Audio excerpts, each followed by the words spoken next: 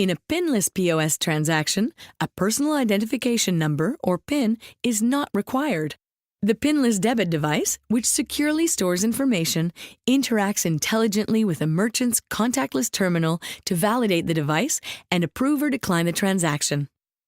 Every day, George stops at the drive-thru on his way to work to buy a cup of coffee and a bagel. You see, George is a creature of habit. He pays with his contactless debit card, which results in a debit to George's account at his FI. When George reaches the pickup window at the drive-thru, the clerk hands him a device reader, or terminal, that is equipped to accept contactless payments. When George waves his contactless debit card in front of the device reader, the card and the device exchange information via a tiny antenna built into the card.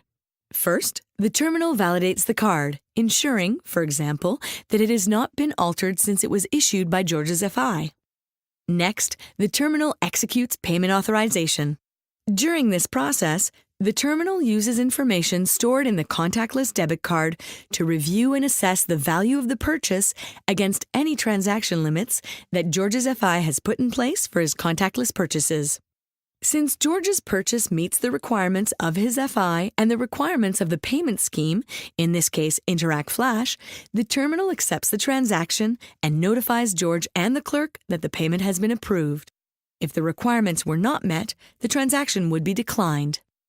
Since the payment is approved, transaction information is generated by the merchant's terminal and the details are stored by the coffee shop, which, in technical terms, is the merchant acquirer in the transaction.